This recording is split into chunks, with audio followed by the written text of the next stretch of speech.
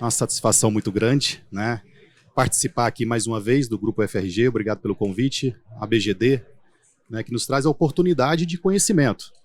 E realmente isso abre outros horizontes. Comecei também como integrador em 2014, 2015, e de fato, como o colega aqui da Trina falou bastante, o conhecimento ele agrega muito, né? Por trás de uma instalação, geralmente o integrador tem aquela situação de comercializar. E dificilmente, talvez, a gente tenha a oportunidade de estar num congresso desse e pegar e buscar tantas informações, né? O cliente final ele é meio antecipado na situação. Tudo é uma situação de placa ou módulo, né? Até hoje a gente ainda está definindo qual é o palavreado correto que a gente usa lá na ponta. Mas é uma realidade. É uma realidade, né? A gente tem essa situação de ainda estar discutindo com o cliente final, colegas, sobre se o módulo ele esquenta a água ou se ele gera energia.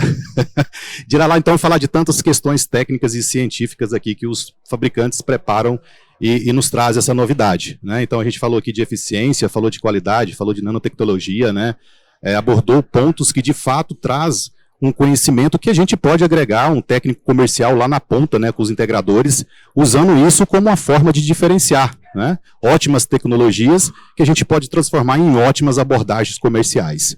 Foi assim que eu sempre consegui fazer algumas usinas de maior porte até 2019, quando eu ainda atuava ali no campo, representando os integradores. Então, muito obrigado pela oportunidade, né? E eu vou começar pela ordem ali, né? Eu acredito que agora eu vou tirar minhas dúvidas, né? Eu vou fazer aquelas perguntas ali mais voltadas à questão do integrador, né? E o integrador, muitas vezes, a gente tem essa dificuldade, Matheus, Henry, né? Dois Matheus, e Henry, de poder trazer tanta informação para o cliente final, né? A gente tem ali um contato direto, lógico, com o distribuidor que nos fornece essas informações, e a gente tem a obrigação de filtrar isso. Então, eu queria começar com o Matheus, que ele falou bastante de eficiência, Matheus, e também os outros podem ficar à vontade de responder, logicamente. Quando você fala de eficiência, uma das situações que a gente busca bastante, que o cliente lá na ponta muito questiona, e a gente trabalha com inversores hoje, que eles trabalham também com tecnologias de poder analisar sobre a degradação do módulo. Eu gostaria que vocês falassem sobre essa degradação do módulo, que é algo que impacta, né? Quando a gente fala no todo 25 anos de garantia, e aí o cliente ainda pensa que é 25 anos de garantia, mas a gente sabe que 25 anos de eficiência daquela geração. E a abordagem aqui foi bem casual, porque eu acredito que é uma dúvida que a gente pega muito, né? Degradação do módulo e eficiência e garantia, e aí os três ficam à vontade. Perfeito. Pessoal, deixa eu tirar aqui, porque senão vai dar uma redundância, eu vou me confundir bastante. Quando a gente fala de degradação, uma das quais são os, vou até mudar um pouquinho, se me permite, assim, quais são os dois maiores detratores, tá, de geração de energia no mercado hoje, tá? Ou sombreamento, né, que é um grande impacto, ou temperatura, tá? Então são as duas grandes maiores perdas que a gente observa em qualquer sistema fotovoltaico, independente do tamanho. Logo em seguida disso vem a degradação, porque ao longo do tempo, a gente vai falando de 25 anos, um produto que como falaram aqui antes, um painel, é um casamento, né? A gente tem uma perda que vai ficando substancial, né? Principalmente no primeiro ano e etc. Então, a degradação, eu vejo da seguinte forma: ela pode, às vezes ela não é levada em conta com a seriedade, tá, que ela deveria ter, porque ela tem um impacto muito grande lá na frente. E isso às vezes mistura a degradação com a garantia de produção, com a garantia do produto, que tem mais ou menos 12 ou 15 anos, dependendo do módulo, dependendo da consideração, dependendo do fabricante que você está trabalhando. Um jeito da gente diminuir, né, o risco dessa degradação é cuidando bem do módulo, fazendo as instalações, lendo o manual de usuário, tá, gente, dos módulos. Isso é muito importante. Tem gente que não sabe que existe manual de usuário para módulo, tá? Existe, tá? Peçam isso para os seus fornecedores, peçam isso para os seus distribuidores, considerem a leitura desse manual de usuário, porque vai ajudar vocês a manterem o módulo em boas condições. No manual de instalações, vocês vão encontrar questões de como fazer a limpeza, como fazer a instalação, aonde colocar os clamps para que a moldura dure mais, para evitar a perda PID, né, e etc. Então, tudo isso é muito importante. Isso também diminui degradação, então é muito importante a gente considerar isso. Outro ponto muito importante: a gente fala que a degradação, a garantia de produção, é por 25 anos, né? Quais são, de fato, os fabricantes que têm 25 anos, né, no mercado, né? A gente fala de 25 anos, mas quem está há 25 anos no mercado, né? Então é muito importante essa robustez de quem vocês estão comprando, tá? A Tier 1, quando a gente fala, é de fato muito importante, tá? Não é balela, saber de quem a gente está comprando. É muito importante você ter suporte de pós-venda do fabricante que você está controlando. Analisem quem é a equipe que está no Brasil hoje, desse fabricante, quantas pessoas ele tem, se ele tem equipe de pré-venda, se ele tem um apoio na venda, se ele tem uma equipe boa de pós-venda. Isso tudo é muito importante, tá? Para ajudar todos vocês e dar confiabilidade para que vocês tenham isso, essa segurança, que o CNPJ de vocês está muito bem cuidado até na ponta do produto. Perfeito. Matheus, quer agregar mais alguma situação? Ótimo, Matheus. Acho que complementando, né, o Matheus foi bem, explicou muito bem. Só complementando, acho que, né, como a gente estava falando, a manutenção, ela sempre deve ter um ponto de atenção, né? Então, também já fui integrador lá nos áureos tempos, e a gente via algumas instalações não tão, né, bem completas, né, vamos falar assim, para não falar outra coisa. Então, tem que deixar um espaço para manutenção de fato. Então, realmente você vai precisar fazer, seja daqui 10, daqui 15, daqui 20 anos, uma manutenção nesse módulo, uma limpeza que seja. Então, a Alemanha, ela já está, né, a Alemanha, a Europa como um todo, o próprio Japão, bem evoluído na parte de OEM, né? Então, eu vi alguns painéis aí do pessoal falando também da parte de manutenção como um todo. Isso tudo vai levar, de fato, a geração que a gente está procurando do módulo, né? Então, a degradação em si vai depender do tipo de módulo, né? Então, monofacial tem um tipo, bifacial tem outro, depende, né, de qual fabricante também, tem um pouco mais, um pouco menos, mas eu acho que a gente tem que levar em conta que realmente a gente tem que buscar, né, de fato, a qualidade em si do projeto. Não estou falando de módulo, estou falando de inversor. Eu acho que a gente tem que ter um balanço do sistema como um todo bem equilibrado, né? Então, ver se o inversor ele comporta, né, realmente o tipo de módulo que você está instalando. A gente se debate muito com o pessoal, né? Eu instalei o 315, eu quero aumentar o sistema, enfim. Então, às vezes, eu fico me perguntando por que a pessoa, às vezes, né, óbvio, ela tem uma demanda um pouco maior do que ela tinha quando instalou, mas às vezes eu acho que talvez você se propôs, né, a ter um sistema, a ter um payback baseado naquela instalação, então segue com aquilo ou faz um retrofit todo, né?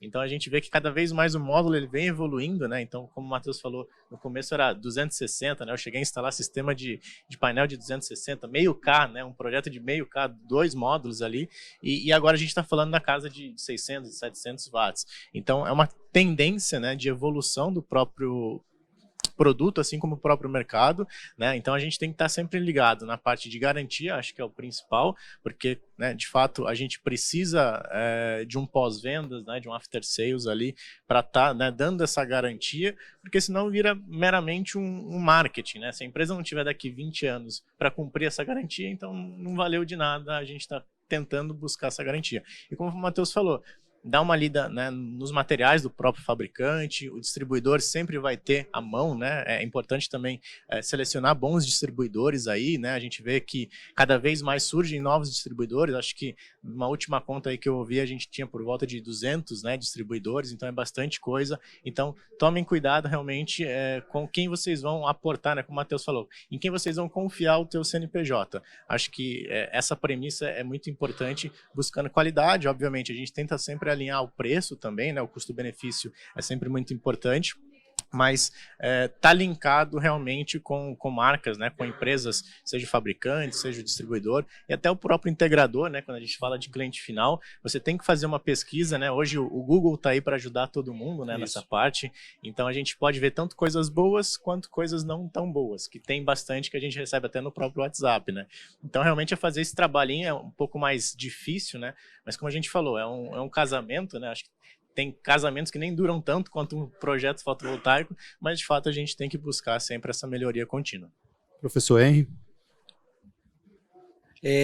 Acho que eu vou só enfatizar o que o Matheus Rodrigues falou, que é da leitura do manual. Eu acho que os grandes players do mercado, eles têm que, vamos dizer assim, fazer um tsunami de treinamento no distribuidor e, ao mesmo tempo, passar para a ponta, para o consumidor final. Que existe toda uma lógica, uma métrica para limpar, fazer a limpeza. Algum tempo atrás, acho que dos 3 aqui eu sou o mais novo de tempo de mercado, mas eu já vi distribuidor ligando e falando que posso jogar ODD ou jogar sabão em pó no módulo e limpar com uma escova de piaçaba. Ou seja, ele nem leu o manual, né? E é que a gente brinca aqui, é um casamento que você comprou uma Ferrari e está tratando ele como se fosse um... Eu não vou falar marca de nenhum, mas você não está tratando como se fosse uma Ferrari. Um popular de 50 mil e você gastou 100 mil para fazer um projeto, usou microinversor, fez de tudo, mas não sabe limpar o módulo. Então, eu acho que é uma cultura que tem que sair do fabricante, passar pelo distribuidor e chegar até o consumidor final. Perfeito, professor. Acredito que é uma das dificuldades, né? O colega até falou da parte de integração, né? E aí eu vou falar dos meus erros, tá? Datasheet para a gente era o seguinte: dar trabalho não é só limpar. Para vender rápido era só limpar, né? A manutenção a gente sabia e realmente, eu falo que a cultura da parte de integração lá na ponta final, os eletricistas, a gente nunca foi muito cadenciado. E a gente fala assim, eu falo a gente porque eu tenho carteira assinada de 10 anos como eletricista, tá? Então, a parte do troubleshoot é o seguinte: primeiro a gente liga, depois a gente vê o que dá, né? Então, realmente é mudar uma cultura com o eletricista, a gente faz um trabalho bastante isso com a ponta, né? E como o professor relatou, eu acho que essa importância do distribuidor fazer esse mesmo treinamento. Hoje a gente tem a oportunidade de ter integradores aqui e escutar esse treinamento. Isso é muito importante, né? Porque também não adianta bater no Chico sem dar aquela ferramenta para ele. E muitas vezes a gente também não entendia nem a diferença de monocristalino e policristalino. Isso nós estamos falando de 2017, 2018. Vendia-se policristalino como se fosse a melhor eficiência. Hoje nós estamos falando de bifacial, né? O mercado evolui bastante. Mas sem me delongar, eu gostaria de saber se tem alguma pergunta do público ou de casa, porque é uma oportunidade única e eu acho que vale a pena tirar aquelas dúvidas aí que tem aí. Alguma pergunta? Olha ali, já apareceu lá.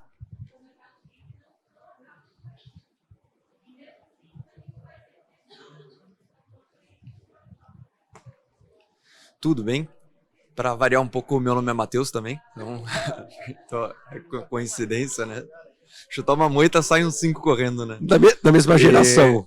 Eu fiquei com uma dúvida, né? Aliás, eu tenho essa dúvida há algum tempo, queria tentar tirar com vocês, porque em alguns últimos kits que eu tenho comprado, o fornecedor ele está mandando junto uma chapinha de aterramento, né? Um clipe de aterramento para fazer ali o aterramento entre a estrutura do módulo e a estrutura de fixação no telhado. E eu não vi até hoje nenhum dos fabricantes dos módulos citando a chapinha de aterramento como uma possibilidade, né, para se fazer esse aterramento. E também tem lá na parte de garantia que qualquer agressão que se faça à estrutura do módulo, a gente perde a garantia do equipamento, né? Então eu queria entender do ponto de vista de vocês se esse clipe de aterramento, a chapinha, ela é viável ou se ela não deve ser utilizada, por mais que venha junto com alguns kits que são adquiridos, né? Obrigado. Matheus, você que é mais técnico, você consegue responder? Vamos. Conto com a ajuda de vocês aí, mas vamos. Bom, vamos lá, Matheus, né? Maravilha. Como que eu vejo, assim, é muito difícil eu poder te dar uma certeza sem saber como é essa chapa, como é que ele está te indicando e etc. É muito importante, tem N, né, soluções. Mas o que eu posso dizer? Existe, sim, chapas que fazem agressão a camada de anodização, né, da estrutura. Então, isso pode ser um dano, isso pode, sim, ferir a garantia, dependendo do modelo. Mas, no nosso, de novo, ressalto, né, no manual do usuário, nós listamos quais são os tipos de aterramento que são compatíveis e que, às vezes, até podem danificar um pouquinho a estrutura de anodização, mas que ainda são compatíveis, não danificam tanto o projeto. O que eu quero dizer com isso, por exemplo? Vamos imaginar uma usina centralizada que usa tracker, né? Como é que é o aterramento disso, né? Já começa a ficar bem mais complexo, né? Existe algumas porcas que elas possuem ranhuras na porca, e aí quando você rosqueia isso e prende um módulo à estrutura, essa porca ela quebra um pouquinho o layer ali de anodização e vira um contato para servir como se realmente um aterramento, né, passar para toda a estrutura, e aí tem todo o restante da estrutura de aterramento, a malha de aterramento dessa usina, que vai dissipar essa energia. Então, assim, existem chapas, sim, que podem ser colocadas com módulos, existe essa compatibilidade, existem diversos N modelos de aterramento, mas eu sugiro, se você até puder, depois, eu vou estar aqui no evento também até o final, se você puder me mostrar, eu consigo te dar esse retorno rapidamente, mas sem ter muita informação como que é essa chapinha, como que ela está sendo presa, eu aconselharia primeiro ver se está compatível com o que a gente indica no manual, tá? E existem lá alguns modelos, algumas chapas que sim podem ser utilizados. Perfeito. Excelente. Deixa eu tirar aqui. Então, Matheus, de fato, como... muito Matheus, né? De fato, como o outro Matheus falou, como fabricante, né, é muito difícil a gente saber, né, porque existem vários tipos de fabricantes também dessa chapinha, né, entre aspas. Então, assim, o que a gente até vem discutindo, né, começou a surgir um pouco mais esse conceito, ou essa prática, né, por parte aí do pessoal de estrutura, mas, de fato, é muito difícil a gente mensurar o nível de qualidade até da própria liga, né, desse material. Então, o que a gente indica realmente é seguir a instrução do fabricante. Então, hoje, a ferramenta é um pouco mais convencional, vamos falar assim, pelo furo mesmo do próprio frame, né? Justamente por essa questão, né, que o Matheus comentou, de talvez arranhar ou morder, ou enfim, a gente não sabe se ele adiciona ou retira a parte da anodização, dependendo do fabricante. Então, como a gente está falando de um mercado muito amplo, né? Tem fabricante X, PTO, enfim, a gente acaba realmente indicando seguir o manual. Obviamente, né, a gente se coloca à disposição caso tenha essa plaquinha, caso tenha essa chapinha. A gente está pedindo também para o pessoal da estrutura em si como um todo, né, fornecer o datasheet, mais informações para a gente também. É até um material que acho bem difícil de ter o próprio datasheet dele, né, eles vão ter que confeccionar alguma coisa para isso, mas de fato hoje, né, o que a gente pode recomendar é realmente seguir o manual do fabricante de módulo para estar fazendo da maneira correta, justamente para a gente não perder essa garantia que é tão preciosa, né, no mercado que a gente está convivendo hoje em dia. Alguma coisa a acrescentar, professor? Não, estou endossando. Perfeito. E a questão do aterramento realmente ele preocupa muito, né? De acordo com a 5419, toda a parte metálica tem que ser aterrada, e não é uma discussão de hoje, né? É tese de vários mestrados de questão de segurança e como eletricista a gente realmente tem que aterrar, de acordo com os manuais. E é isso mesmo, né? Eu acho que o fabricante ele nos orienta e aí, Matheus, o que mais preocupa a gente é essa questão, né? Do distribuidor estar passando essas orientações corretas e volta aquilo que vocês falaram de estar sempre amarrado ao distribuidor, passando todas as informações. Mas foi uma boa pergunta de Matheus para os Matheus. Valeu. Mais alguma situação, mais alguma pergunta ali? Por favor. Boa tarde, meu nome é Felipe, eu tenho uma loja de materiais elétricos em Cruz Alto, Rio Grande do Sul, e obviamente virei integrador de solar há mais de 3 anos. Eu tenho uma pergunta com relação à garantia de módulos. Qual é a dificuldade para as fábricas, para os distribuidores e, consequentemente, vai ser para os integradores, essas placas mais que lá no início a gente instalou de 330, 345, se porventura dá problema daqui a 5, 6 anos, como é que vai ser isso aí? Porque a gente sabe que essas placas já não está, a gente já não acha nos distribuidores e algo nesse sentido. Boa pergunta. Bela pergunta. Realmente, acontece muito isso que as primeiras instalações que é 360, 380, 320 watts, já não existe mais a produção. É um produto end of life, já não existe mais. Então, provavelmente a gente vai ter que fazer um swap para um modelo mais novo. Porque como a tecnologia, essa nossa tecnologia desse nosso mercado cresce exponencialmente, a gente não consegue mais ter essa... Não é que nem automóvel, que o engenheiro ele estuda o processo para daqui a 20, 30 anos. O nosso é 20, 30 meses e olha que já é a longo tempo. Então, às vezes, a gente vai ter que trocar todo o combinado por um... Qual é o menor hoje? 410, 450? Vai ter que mudar. Entendi. De repente refazer também um reajante, talvez com algum inversor que tenha alguma tecnologia, né? Mas acredito que essa seja a solução por aí mesmo, né? Realmente o mercado é crescente e pulsante. Tanto, assim, até para te dar uma dica, eu estou nesse mercado há 2 anos. Quando eu comecei nesse mercado, o Bambambam era 410. Já não se fabrica mais 410, 450. E não faz 2 anos. Então... Bom que o senhor não pegou da parte que a gente instalava e deixava uma folguinha no inversor para colocar. Tem até hoje cliente procurando módulo 330, né? Tem. Eu estou nos grupos de discussões do WhatsApp e falo, tem 335, tem Exatamente. Essa folguinha sobrou uma folgona pra gente agora, né? Erros do passado que a gente hoje tenta consertar. Mais alguma coisa a acrescentar sobre isso, Matheus? Eu acho que a gente está num mercado muito dinâmico, né? Então, a cada 2, 3 meses, a gente vê novas tecnologias e também, por exemplo, hoje a gente tem, né, uma gama, né, uma produção um pouco mais voltada, por exemplo, para a célula de 182, como a gente comentou aqui no slide, assim como a Trina tem para 210, e é todo um processo de linha fabril, né? Então, a gente troca realmente a linha e aí a linha antiga acaba não existindo mais. Alguns distribuidores, eles acabam tendo um pouco mais de estoque, né, algum spare parts ali, alguma coisa do tipo, mas realmente quando passa, né, de um tempo muito grande, né, que a gente está falando de 2, 3 anos, aí fica um pouco mais difícil de encontrar módulos nessa potência. Então, vira e mexe, realmente, a gente se depara aí com clientes, né, solicitando, eu quero um módulo JA, até o próprio 390, 400, já é um pouco mais difícil da gente encontrar, né, tem que, o cliente também me mandou, eu tô com uma missão impossível aqui, realmente é bem complexa, né, mas como o professor falou também, a gente...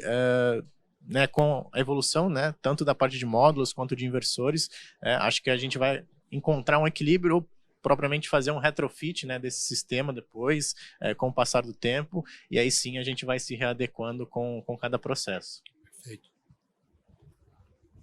Perfeito. Felipe, né? Felipe. Excelente pergunta, tá? Por sinal, ontem eu estava dando uma revisada em alguns conceitos no hotel, né, para dar aquela estudada antes de apresentar, e eu falei, espero que não perguntem isso, mas se tudo bem. brincadeira à parte. É uma ótima pergunta, sim. Mas, assim, quais são os pontos que eu queria comentar, Felipe? Eu acho que, primeiro, o índice de falha, né, de módulo. Falha realmente do módulo, que a gente tem que acionar a garantia, e aí tem a garantia do fornecedor, do fabricante, etc., para te atender. É muito baixo, né? O índice de RMA, a gente está falando aqui de 0,00 a 7, 6%, né? Isso, mas, claro, acontece, né? E a gente precisa endereçar isso. Na garantia, eu acho que daí vem o ponto que eu estava falando para vocês de comprar, né, de uma empresa que tem equipe no Brasil, que é o seguinte, o que você vai fazer uso nessa hora? Da equipe de pós-venda. A equipe de pós-venda do seu fabricante vai te ajudar, porque hoje na Trina, por exemplo, absolutamente todos os módulos são rastreados pela Trina. Nós sabemos exatamente onde estão todos os módulos da Trina hoje. Não que tenha um GPS, nada disso, mas a gente sabe por questões de nota onde eles estão, onde eles foram comercializados. Então a gente tem um controle, nós sabemos os estoques dos nossos distribuidores. A gente pode encontrar para você qual é o distribuidor ou qual é a pessoa que tem um módulo desse disponível. Tá? E a gente, como pós-venda, faz esse trabalho. Até queria mandar um abraço aqui para o meu colega de pós-venda, o Ítalo, que tem feito um trabalho excelente. Normalmente a gente fala de pós-venda, a gente escuta a reclamação, né? E é a primeira vez que eu trabalho numa empresa que eu escuto elogio de pós-venda. Então é ótimo a gente poder falar disso, né? Mas, claro, tem essa questão dos acionamentos de garantia, então acho que muito vem disso. O que a gente recomenda do ponto de vista técnico, tá, Felipe? Acho que é importante a gente poder dizer isso também. Você vai substituir um módulo numa string. O ideal que esse módulo que você vai colocar no lugar, ele tenha uma diferença de corrente, né, na mesma série, tipo, no máximo 10% para cima ou para baixo, e de tensão, caso seja um paralelo, de 10% também. Tá? Isso para tentar evitar perda por mismatch, porque quando você coloca um módulo de uma característica técnica com outro, você tem uma perda chamada perda de mismatch, que é o próprio inversor tentando encontrar o ponto de máxima potência e tendo dificuldade com isso porque os módulos são diferentes. Tá? Então a gente sugere isso, mas a gente entende que mesmo assim às vezes pode ser um pouco difícil de encontrar um módulo. O que está acontecendo? Vocês podem ver também que a gente está lançando módulos de 500, 600, quase 700 watts, mas também estamos lançando módulos de 400, 410, etc. Não é o 300, né, que a gente está falando, mas são módulos de menor potência, mais compacto. Esses módulos podem ser substituições e são com células novas, né, de 210 mm, de 182 mm, mas substituições para esses modelos. Eles têm uma potência um pouco mais compatível. Tá? Então a gente vai ter módulo de menor potência com tecnologia recente, com tecnologia nova. Pode ser uma solução para essa substituição também. Bom, maravilha, né? Eu acredito que a dúvida, pelo menos, nos deu norte, né, para que a gente possa ter uma situação mais aconchegante aqui do futuro, né? E realmente essa questão de tamanho de módulo preocupa muito, né? Sinceramente, eu não sou muito adepto a essa questão desses módulos que vão crescendo e que vão criando potência. Até porque a gente conhece bem a infraestrutura dos nossos telhados aqui do Brasil, né? E realmente preocupa bastante quando eu vejo os integradores me procurando, falando assim, professor, arruma um modo 650, eu falei, moço, eu não vou encontrar, não, você não é um problema, porque realmente a gente vê algumas estruturas aí que a gente não consegue enxergar essa solução como uma solução talvez tão viável, viu? O Matheus apresentou até lá na questão da Europa, a questão lá fora, o pessoal padronizando, né? Eu espero que o Brasil chegue nessa situação de que não adianta talvez eu ter um módulo e criar um problema. De repente eu posso ter um módulo que seja menor de potência, mas que encaixe melhor na minha configuração. E parte dos integradores é ter esse distribuidor, ter esse fabricante para que você faça o melhor do seu arranjo. O nosso tempo acabou, né? Eu gostaria de ficar muito tempo aqui conversando, tem bastante pergunta, mas eu agradeço a oportunidade de estar com vocês, de tirarem as dúvidas. Obrigado, Matheus, obrigado, professor Henry, obrigado, Matheus, e obrigado a todos.